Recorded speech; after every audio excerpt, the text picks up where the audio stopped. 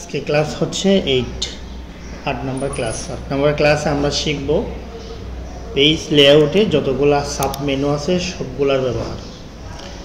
তো আমরা যদি পেজ লেআউটটা শুরু থেকে দেখি, প্রথমে আছে margin, orientation, size, column. Page setup হচ্ছে যে আমরা যখন একটা কাজ করি সেই কাজটা প্রিন্ট করার জন্য যা যা সেটআপ প্রয়োজন, সম্পূর্ণ সেটআপগুলো আমরা পেজ সেটআপের মাধ্যমে করে নিতে হবে। তো সিরিয়াল অনুযায়ী এই যে পেজ সেটআপটা আমাদের আসতেছে 4 নম্বরে। 4 নম্বর আসলেও এটা আমাদের এখানে যে কাজগুলো করতে হয়, এই যে পেজের সেটআপগুলো, সেগুলো আমাকে প্রথমেই করে নিতে হবে। আমরা যখন কাজ শুরু করব তখন আমরা পেজ সেটআপের কাজগুলো করে নিব। তো শুরুতে আমরা যেই কাজটা করব, প্রথমত এখান থেকে মার্জিন সেটআপ, একদম শুরু থেকে মার্জিন সেটআপের মধ্যে অটোমেটিক্যালি এখানে মার্জিন দেওয়া থাকে 1 ইঞ্চি করে, টপ 1 ইঞ্চি, বাটাম 1 ইঞ্চি, লেফট 1 ইঞ্চি, রাইট 1 ইঞ্চি, এভাবে 1 ইঞ্চি করে মার্জিন দেওয়া আছে। তো এই যে আমরা যদি এখন দেখি এখানে চারপাশে মার্জিনটা সেটআপ দেওয়া আছে। এর বাইরে যদি আমাদের মার্জিন সেটআপের প্রয়োজন হয়, আমরা এখানে মার্জিনে ক্লিক করব। এখান থেকে নর্মাল থেকে যদি আরেকটু কম প্রয়োজন হয়, আমি চাচ্ছি আমার ওখানে লেখা আরও বেশি থাকবে, তখন আমি নেরো মার্জিন ইউজ করতে পারি, যে 1/2 ইঞ্চি করে মার্জিন হোক চারপাশে। এই যে মার্জিন সেটআপ আগের থেকে অর্ধেক হয়ে গেছে। তো এখন যদি চাই আমি এটা আমার মতো করে বানাবো, যে একটা অ্যাপ্লিকেশন লিখবো, সেখানে বেশিরভাগ ক্ষেত্রে আমাদের মার্জিনের প্রয়োজন হয় উপরে এবং বাম পাশে, এই পাশে এবং উপরে, এই দুই পাশে আমাদের মার্জিনের প্রয়োজন হয়। তো ওই দুই পাশে আমরা মার্জিনটা বাড়াই দিব, বাকি পাশগুলোতে আমরা মার্জিন কম রাখবো। তো সেজন্য আমরা পেজ মার্জিন থেকে একদম নিচে চলে যাব কাস্টম মার্জিন। কাস্টম মার্জিনে গিয়ে, কাস্টম মানে হচ্ছে আমাদের মতো, নিজেদের মতো করে করা। হ্যাঁ, এই যে মার্জিন বক্সটা এদিকে রাখলাম, রেখে আমরা এখান থেকে 0.5 যেখানে দেওয়া আছে, আমি চাচ্ছি উপরে যে টপে লেখা আছে এখানে আমি 1 ইঞ্চি রাখবো, এবং বাম পাশে এখানে আমরা 1 ইঞ্চি রাখবো। এরপর আমরা ওকে দিলে এখানে যে আমাদের মতো করে কাস্টম একটা পেজ সেটআপ থাকবে। এরপরে পেজের ওরিয়েন্টেশন, আমরা পেজ সেটআপটা, পেজের মার্জিনটা নর্মালে রাখি আপাতত। নর্মালে রেখে আমরা যে কোনো কাজ করলে কোনো সমস্যা নেই, আমরা যে কোনো সময় যে নর্মাল মার্জিন যেটা দেওয়া থাকে ওইটাতেই কাজ করব। পেজ ওরিয়েন্টেশনটা হচ্ছে পেজটা কি লম্বালম্বির মধ্যে রেখে কাজ করব নাকি আড়াআড়ির মধ্যে করব, এটা হচ্ছে পেজ ওরিয়েন্টেশন। তো আমাদের যদি কাজটা আড়াআড়ি হয়, যেমন একটা স্যালারি শিট তৈরি করতেছি, তখন আমাদেরকে এটা আড়াআড়ি করে নিতে হবে।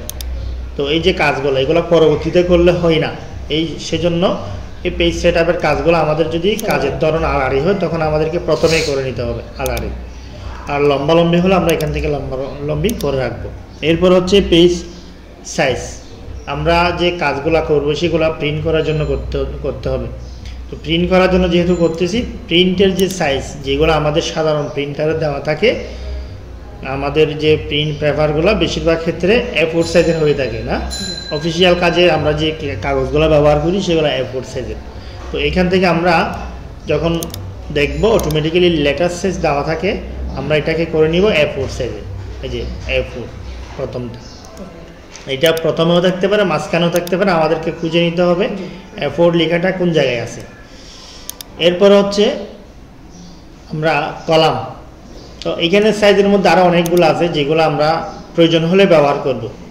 যেমন এখানে আছে লিগেল সাইজ, এই যে লিগেল সাইজ মানে হচ্ছে স্টাম্প সাইজগুলো, যেগুলো আমরা স্টাম্প প্রিন্ট করি, সরকারি স্টাম্প, লম্বা লম্বা যে কাগজগুলো, ওগুলাকে বলা হয় লিগেল সাইজ। তখন আমরা এই লম্বা কাগজ, এই যে লিগেল সাইজ সিলেক্ট করার পরে লম্বা একটা কাগজ আমাকে দিচ্ছে। তো আমরা এটা A4 সাইজে রাখতেছি আমাদের কাজের ধরন অনুযায়ী। এরপর আমরা কলামটা হচ্ছে আমরা যখন কোনো একটা লেখাকে, আমি এখানে কোনো কিছু লেখার পরে যদি এই লেখাটা আমি কয়েকটা কপি পেস্ট করলাম, তো এখন আমি যদি এখান থেকে কলামে কনভার্ট করি, কলামের মধ্যে 1 2 3 আমরা 2 কলাম দিলাম। তো 2 কলাম দেওয়ার পরে একটা পেজের মধ্যে 2 ভাগ হয়ে গেছে। যে নিউজ পেপারের লেখাগুলো যেভাবে লেখা থাকে কলাম কলাম করে, একটা কলাম শেষ হলে আরেকটা কলাম শুরু। তো এইভাবে যদি আমরা করি, একটা কলাম শেষ হলে এন্টার দিতে থাকলে আরেকটা কলাম শুরু হয়ে যাবে।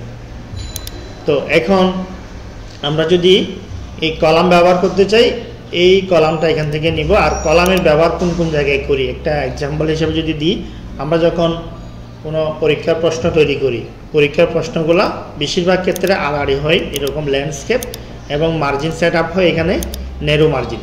তো এখানে এইরকম একটা, যেমন এই যে 2 পেজের লেখাকে 1 পেজে নিয়ে আসছে, এটাকে মাঝখানে বাস করে আমরা 1 পেজে ব্যবহার করি। এটা হচ্ছে কলাম সেট আপ করে যদি আমরা কাজ করি তখন এইভাবে আমরা করতে পারি। কলাম সেট আপ নিয়ে আমাদের প্র্যাকটিক্যাল কাজ আছে, প্র্যাকটিক্যাল কাজগুলো যখন করব তখন এই যে কলাম নিয়ে একটা কাজ আসবে তখন। এরপর হচ্ছে আমরা আরও একটা পেজ নিই, এখান থেকে নতুন পেজ নেওয়ার জন্য ব্ল্যাঙ্ক পেজ, হ্যাঁ ব্ল্যাঙ্ক পেজে ক্লিক করার পর আমার কার্সরটা এখানে আছে। তো আমি এখানে লেখা অবস্থায় যদি এই কলামে যেতে চাই, এই কলামে শেষ করি নেই, এই কলামে যেতে চাচ্ছি, কার্সরটা এখানে ক্লিক করলেও যাচ্ছে না।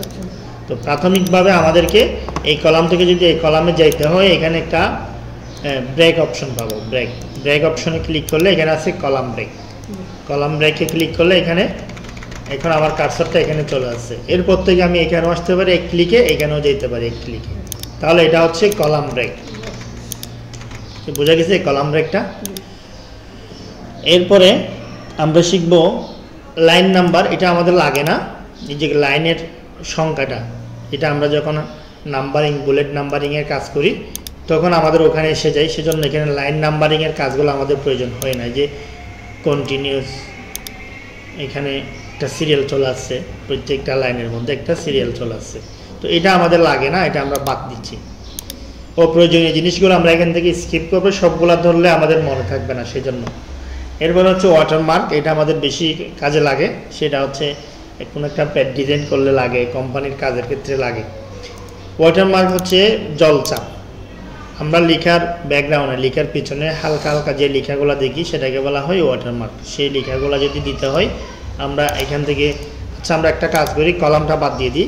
কলামটা যদি বাদ দিতে হয় এখান থেকে 1-এ ক্লিক করে দিব, 1 কলামে চলে আসবে, এটা লম্বালম্বি করে দিই। হ্যাঁ, এখন আমি আমার ওয়াটারমার্ক কাজটা দেখাই। ওয়াটারমার্কে যখন ক্লিক করবো এখানে 2 প্রকারের ওয়াটারমার্ক করা যায়, একটা হচ্ছে লেখা।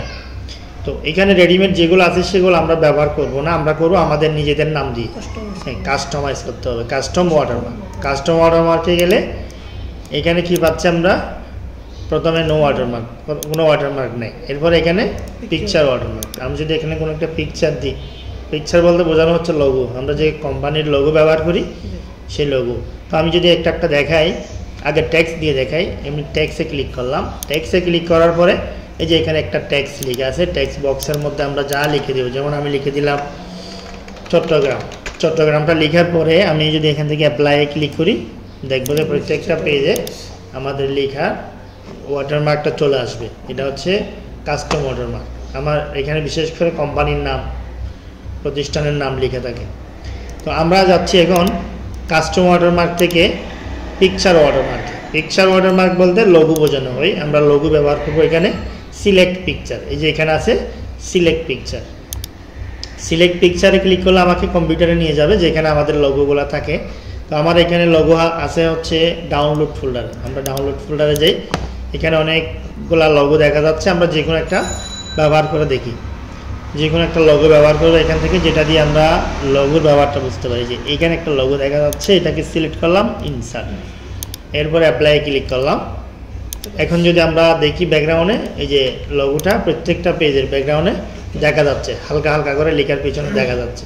তো এটাকে যদি আমরা ছোটো বড়ো করতে চাই, আমরা যেখান থেকে লঘুটা সেট আপ করি কাস্টম ওয়াটারমার্ক, এখানে একটা অপশন পাবো এই যে অটো। আমরা অটো না রেখে এখানে যদি পার্সেন্ট আকারে দিই, আমি 100% দিলাম, তাহলে আরও একটু ছোটো হয়ে গেছে না?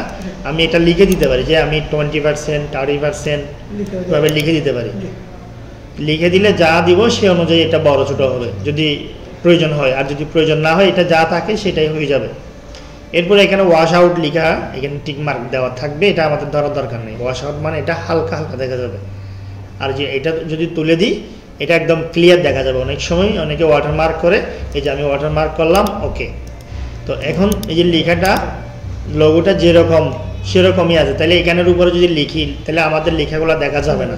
সেজন্য আমাদের ওয়াটারমার্ক করার সময় এই বিষয়টা মনে রাখতে হবে যে এখানে ওয়াশ আউট লেখাটা থাকতে হবে, না হলে এটা ঝাপসা হবে না। এখন যদি ওয়াটারমার্কটা বাদ দিতে হয় আমরা এখান থেকে নো ওয়াটারমার্ক বা এই যে রিমুভ ওয়াটারমার্ক, রিমুভ ওয়াটারমার্কে ক্লিক করলে এটা বাদ হয়ে যাচ্ছে। এরপরে পেজ কালার, পেজের ব্যাকগ্রাউন্ডে কোনো একটা কালার দেওয়া, এটা তেমন লাগে না আমাদের অফিসিয়াল কাজে, পার্সোনাল কাজে লাগতে পারে, এমনি পার্সোনাল কাজে আমরা ব্যবহার করতে পারি। এই তো এরপরে আমরা এটা দিচ্ছি না, হোয়াইট করে দিলাম। পেজ বর্ডার, পেজ বর্ডার যদি ক্লিক করি এখানে অনেক ধরনের বর্ডার আমরা পাবো। প্রথমত হচ্ছে একটা বক্সে ক্লিক করলে নিচের দিকে যদি আসি এখানে আছে বিভিন্ন স্টাইলের বর্ডার। আমি এটা সিলেক্ট করলাম, করার পরে এখানে আছে এটার কালার, কোন কালার দিব, যে কোনো কালার আমরা দিতে পারি, বিশেষ করে এটা কালো কালারই আমরা ইউজ করি। এরপর হচ্ছে এটা বড় ছোট করার সাইজটা, এটা যা আছে আমরা আগে রেখে দিতে পারি বা এখান থেকে ছোট বড় যে কোনো একটা নিতে পারি। যেমন আমি এই সাইজটা নিলাম, নিয়ে এখানে এই ফুল ডকুমেন্ট মানে সম্পূর্ণ যতগুলো পেজ আছে সবগুলোতে এটা হবে। আর যদি শুধু একটাতে চাই তখন যে দিস সিলেকশন শুধু একটাতে দিব, দিস সিলেকশন মানে একটা পেজ, আমি যেটাতে আছি বর্তমানে সে পেজেই হবে, মানে আমার কার্সর এখন যেখানে আছে সেই পেজেই হবে। তো এখন আমি অল দিব, সেজন্য ওকে দিলাম, তাহলে সবগুলা পেজে দেখবো যে আমাদের একটা পেজ বর্ডার সেট হয়ে গেছে, এটাকে বলা হয় পেজ বর্ডার। তো এই পেজ বর্ডার থেকে আপাতত এই কাজটাই আমাদের লাগে, বাকিগুলো আমরা অন্য জায়গা থেকে করে নিই। শেডিংয়ের কাজ আছে এখানে, সেগুলো আমরা প্রথম পেজ থেকে করে নিয়েছিলাম, বর্ডার, পেজ বর্ডার। তো এখন পেজ বর্ডার বাদ দিতে চাইলে ওই যে যেখান থেকে করছি সেখানে একটা নান অপশন পাবো, এরপর ওকে দিলে এটা বাদ হয়ে যাবে। আবার এখানে ভিন্ন টাইপের কিছু পেজ বর্ডার আছে, যেটা হচ্ছে আর্ট বর্ডার বলে, এখানে আর্ট বর্ডার, যে এখানে আর্ট লিখে আছে। আমি যদি এখান থেকে বিভিন্ন ফুলের ছবি দিই সেই ছবিটা আমাদের এখানে বর্ডার আকার আসবে, এটাকে বলা হয় আর্ট বর্ডার। এই বর্ডারগুলো আমরা আমাদের ভিন্ন ভিন্ন কাজে ব্যবহার করতে পারি। তো এটা আমি তুলে দিলাম, ওকে। এরপরে হচ্ছে লেখাকে ডানে বামে নেওয়ার জন্য এবং লেখার নিচে আর একটা লেখার মধ্যে একটা দূরত্ব হয়, সেটাকে কমানোর জন্য আমরা যে অপশনটা ব্যবহার করি, এই যে এখান থেকে এটাকে 0 করে দিব। তো এটা আমরা বোঝানোর জন্য একটা কাজ করি, এখানে একটা সেন্টেন্সকে আমি সিলেক্ট করে কপি করলাম, এন্টার দিলাম, কন্ট্রোল বি দিয়ে পেস্ট করলাম, এন্টার দিলাম, পেস্ট করলাম। এইভাবে যখন আমরা একটা এন্টার দিয়ে নিচে নামবো, এন্টার দিয়ে আমরা যখন নিচে নামবো তখন এরকম কিছু দূরত্ব হয়, দূরত্বগুলো কমানোর জন্য এখানে এটাকে 0 করতে হয়, 0। এখানে অটো দিলে হবে না, এটা করতে হবে 0, এখানে 0 রাখতে হবে। এরপরে লেখাগুলোকে ডানে বামে নেওয়ার জন্য এই যে এইগুলা করা যায়। আমরা এটা করছিলাম প্রথম পেজে, যে প্রথম হোমের একটা কাজ করছিলাম, যে লেখাকে ডানে বামে নেওয়ার জন্য এখান থেকে যে সামনে নেওয়া আর এখান থেকে পিছনে নেওয়া, এটা অনেকগুলা লেখাকে একসাথে ডানে বামে নেওয়ার জন্য আমরা এই অপশনটা ব্যবহার করতে পারি। লেখার ইনডেন্ট সামনে পিছনে, এই অপশনটা আমরা এখান থেকে যদি করি, এই যে এখান থেকে সামনে পিছনে, লেফট রাইট, যে মাইনাস, আমরা চাইলে মার্জিনের বাইরেও চলে যেতে পারি। তো এটা যতটুকু আছে তার মধ্যে আমি রাখলাম, বাকিগুলো আমাদের দরকার নেই। এই যে পেজ সেটআপের মধ্যে এই কাজগুলো আমাদের দরকার, এইগুলো আমরা ভালো করে দেখতে পারলে আমাদের হয়ে যাবে। এরপরে এই ক্লাস শেষে একটা হোমওয়ার্ক থাকবে, সেটা হচ্ছে যে উপরোক্ত ক্লাসগুলো প্র্যাকটিসের পরে হোমওয়ার্ক হচ্ছে একটি কোম্পানির প্যাড তৈরি করা, একটি কোম্পানির প্যাড তৈরি করা। তো একটি কোম্পানির প্যাড কীভাবে তৈরি করতে হয় সেটা নিয়ে আমি আলাদাভাবে পরে শেখাবো। তারপরেও যদি এখন যেগুলো দিয়েছি সেগুলো ব্যবহার করে যদি একটা কোম্পানির প্যাড ব্যবহার করতে চাই, আমরা এখান থেকে প্যাড ক্লাসটা নিই, যে প্যাড ক্লাস এই টাইপের একটা প্যাড, এখানে আমাদের হোমওয়ার্কের যে চার্টগুলো আছে ওখান থেকে দেখে চাইলে এরকম একটা প্যাড তৈরি করতে পারি। এই যে এখানে ওয়াটারমার্ক ব্যবহার করে, লেখাগুলো ব্যবহার করে আমরা একটা প্যাড তৈরি করার চেষ্টা করব। তো এটা যদি না পারি, আমার এখানে আছে ভিডিও আছে, ওটা দেখে আমরা করতে পারবো। তাহলে আজকের ক্লাস হচ্ছে এই পর্যন্ত, তো শেষ করলাম আজকের ক্লাস।